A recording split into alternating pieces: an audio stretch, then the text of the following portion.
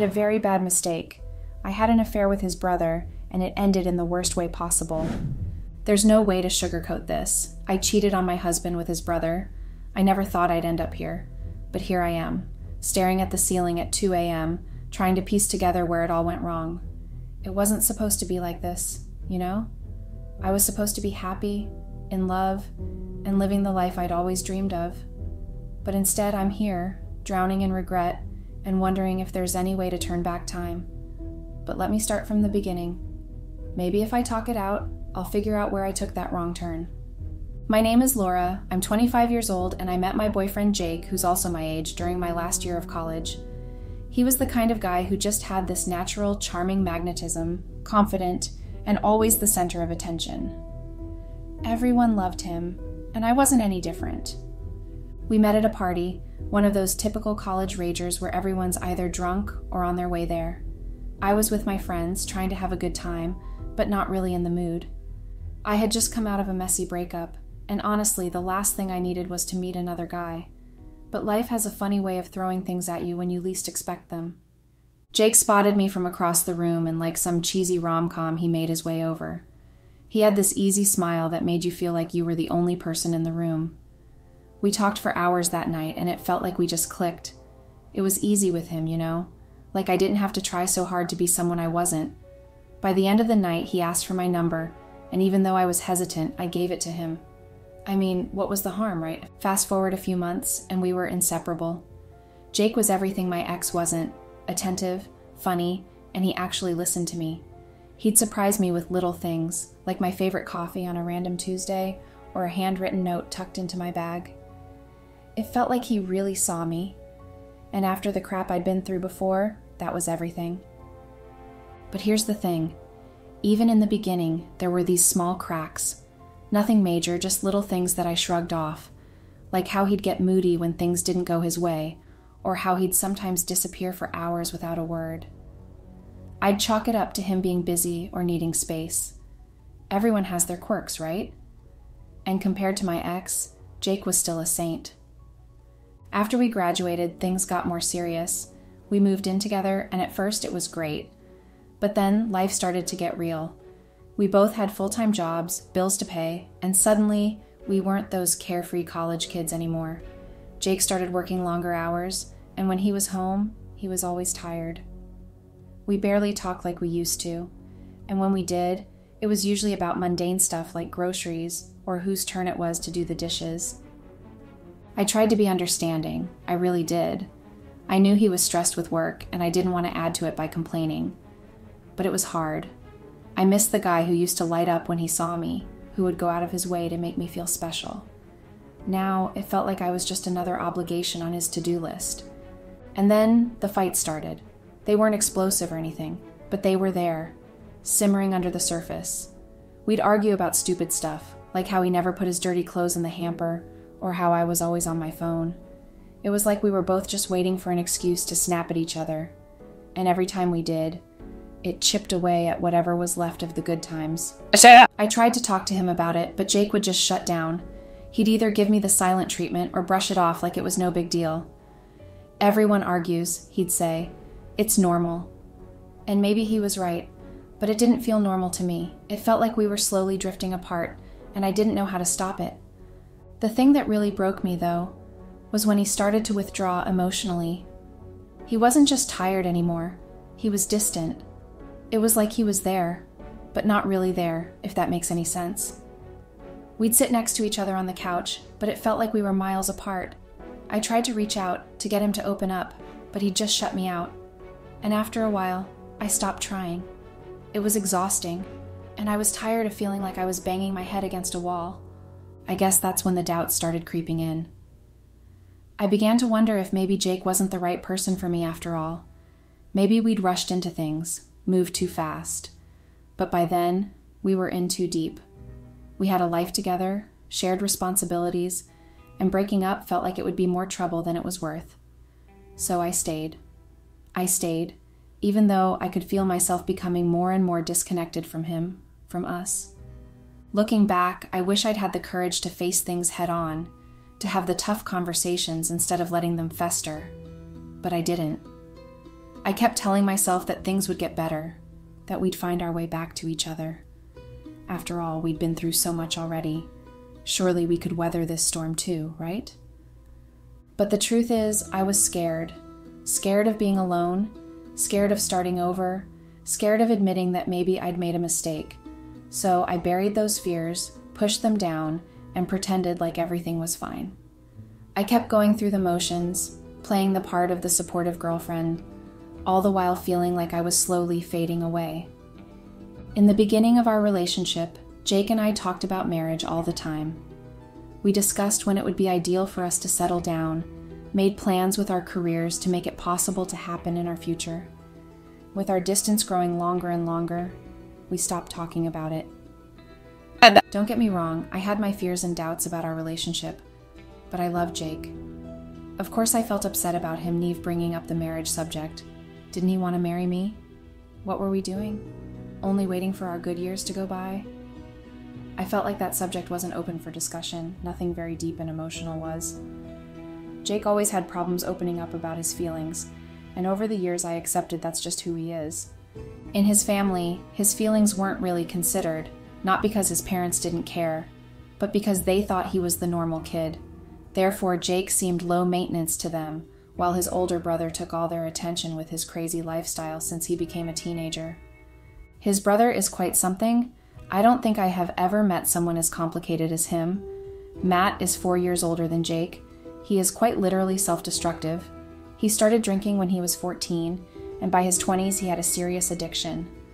Their parents spent so much money on his countless times in rehab, they drained Jake's college fund. Jake had to take loans to pay for his students' debts, all because of his alcoholic brother, who went to rehab more than 6 times and never changed. He'd be sober for 2 months at his best and go back to his chaotic life. His problem isn't just alcohol. It was the random women he met and had extremely unhealthy relationships with. The long weeks he'd go MIA while partying, leaving his parents worried. Jake's family dealt with that during years of his life. Matt's problems were so big, Jake couldn't have actual family support with what he went through while growing up. It made sense Jake having issues to talk about what he felt. It was such a delicate and complicated situation, I couldn't really blame him for being this way. It was around the time that Jake and I started drifting apart that Matt came back into his family's lives. He'd been out of the picture for a while, off on another one of his reckless escapades, and Jake had learned not to expect much from him. I didn't know Matt all that well at the time, mostly because Jake never talked about him unless it was to express his frustration. Jake seemed to hate Matt for all that he did, but he still loved him as a brother.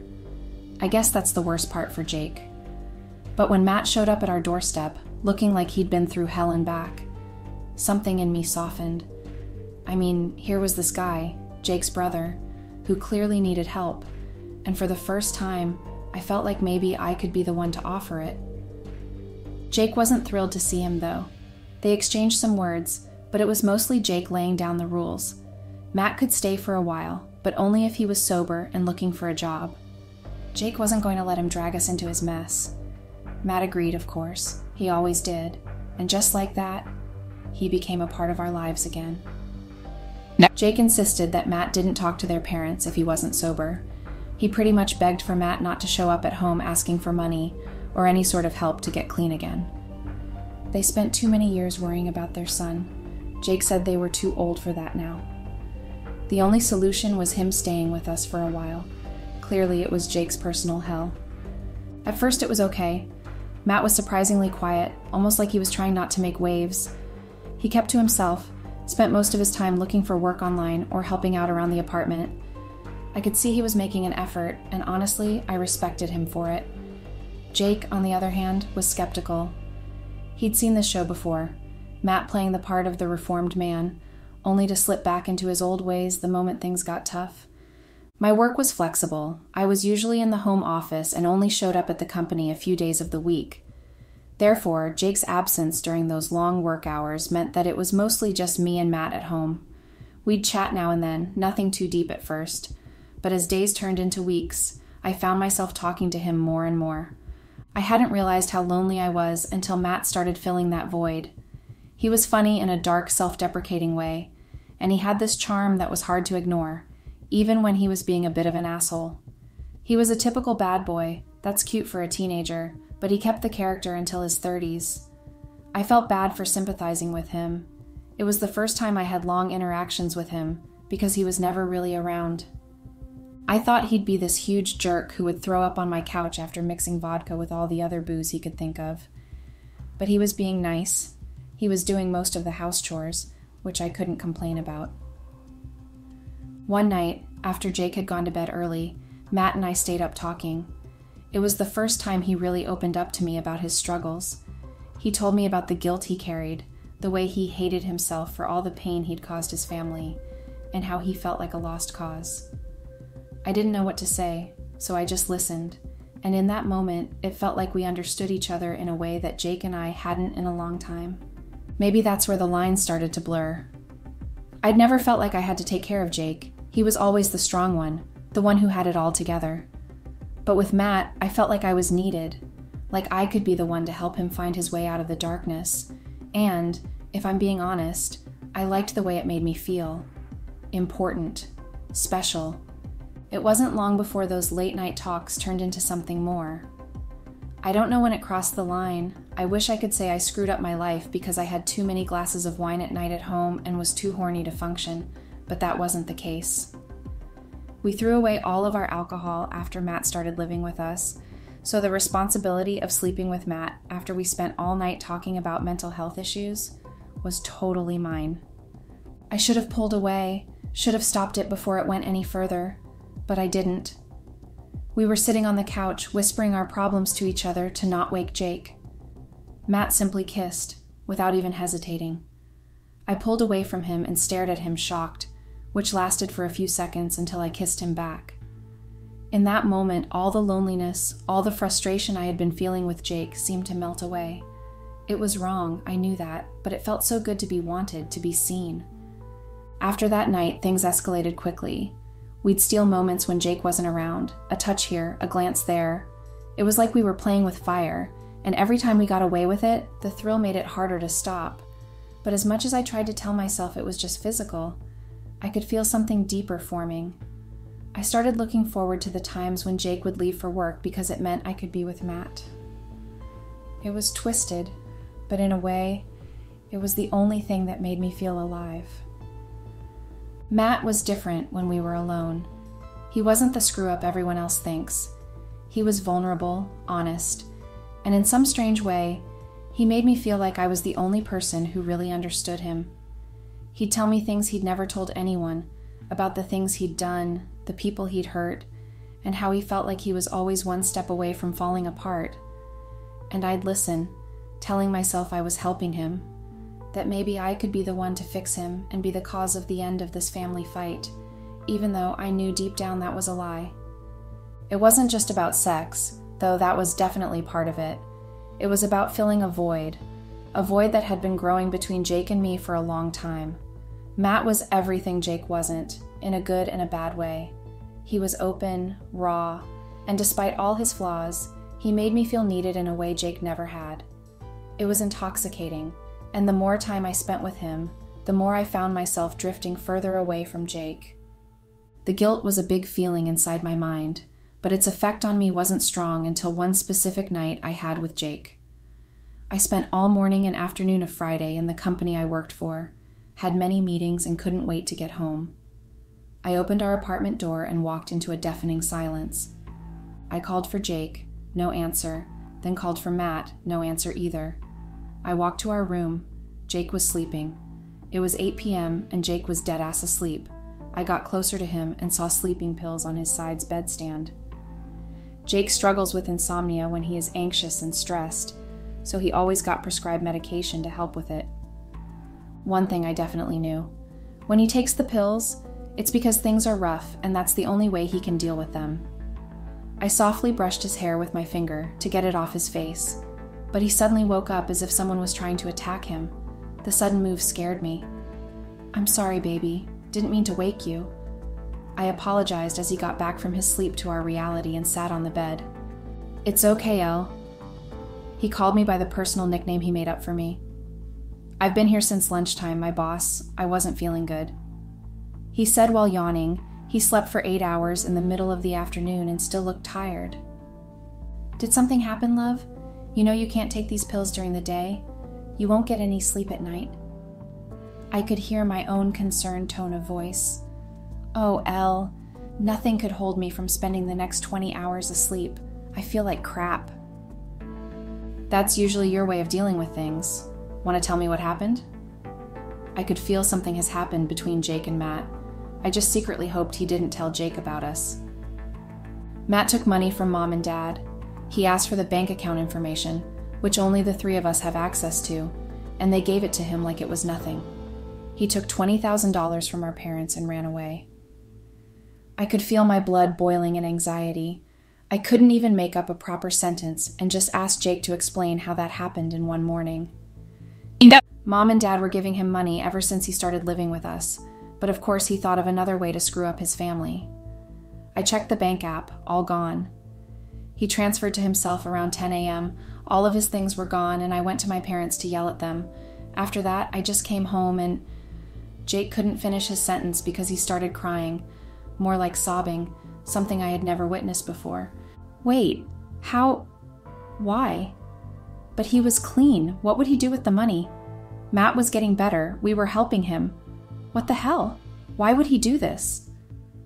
I was holding myself to not cry along with Jake. That's what he does. He shows up out of nowhere, usually because he needs money, but he is too smart to ask. He acts all sober and healthy, starts being a regular figure in our lives, then he chooses the best moment to rip off money from Mom and Dad, and they are stupid. Of course they give it to him. Seriously, why was I born into his family? The tears would come out even more as he talked. I do everything for them. I take Matt in when he is all screwed up. I try to protect my parents from his bullshit, and for what? They still do everything for him and I'm just a side piece. How could they love my screwed up brother more than me? Jake, you know that's not true. They love you. I think it's hard for them to see someone they raised, someone they saw as a newborn and grew up as their healthy, perfect little kid, losing his life because of addiction. They are parents. You know, their job is to worry. I don't know if what I said could make things better or worse. They drained out my college fund because of him, because of his damn rehab. I did everything in my life to be perfect, to not grow up in his shadow. Now he steals from my family to pay his debt to drug dealers and pay for hookers. That's their favorite son. Jake laid on the bed and rested his head on my lap while sobbing. What? He does drugs? How did we not notice? Matt was doing so well. I can't believe this. I felt horrible. All of the good things I saw in Matt were a lie. I actually didn't even know him at all. He has been a raging alcoholic ever since he was 14. Of course he does drugs without any money to do them. I don't know how I even fell for his manipulation. It's always the same thing. He shows up with his sobriety chip saying he changed and things will be different now. He talks about some sad story about his life or our childhood. He makes us get attached to him for months, when we think everything is okay and he is actually sober. In the end, he runs away with our money and disappears. Hearing Jake describe what I literally went through with Matt was like having a knife go through my soul. Jake was absolutely right. I fell for Matt's manipulation. Now Jake was completely broken because of his own brother, and I felt like I had committed a felony. You know, when I was 14, my parents bought me a video game. I was happy because I finally could be my parents' priority, because Matt was in college. That was right after his second time in rehab. He said he got into college, but he was actually just being a drunk in another state. He got home in the summer still acting on his lie, but I knew it wasn't true. He sold my video game to buy drugs after he spent weeks playing it with me and teaching me about new games I could play. Jake was looking at the wall, still with his head on my lap, while telling a story I never heard before. I was crying silently, feeling the worst pain I could ever imagine. He admired Matt so much when he was a kid, just to realize he was actually the reason for most of Jake's problems. I think that's when I started hating him for real. You can never not love a family member, of course, but it was when I realized that love and hate for someone can coexist, and it's the worst you could ever feel. I'm so tired of him. He hunts me and my life goes to hell when he shows up. I wish he died. That way I wouldn't have to deal with his crap. Jake took a long time to say all that in the middle of tears. It was the first time he actually opened up to me about his feelings, his family issues, all of that because of Matt leaving again, right after I slept with him countless times. It's okay now, Jake. He is gone now, and you know he takes a long time to come back. I tried to comfort him while drying up my own tears. I hope so, Jake said. I called the police on him, and I'm praying for them to catch him.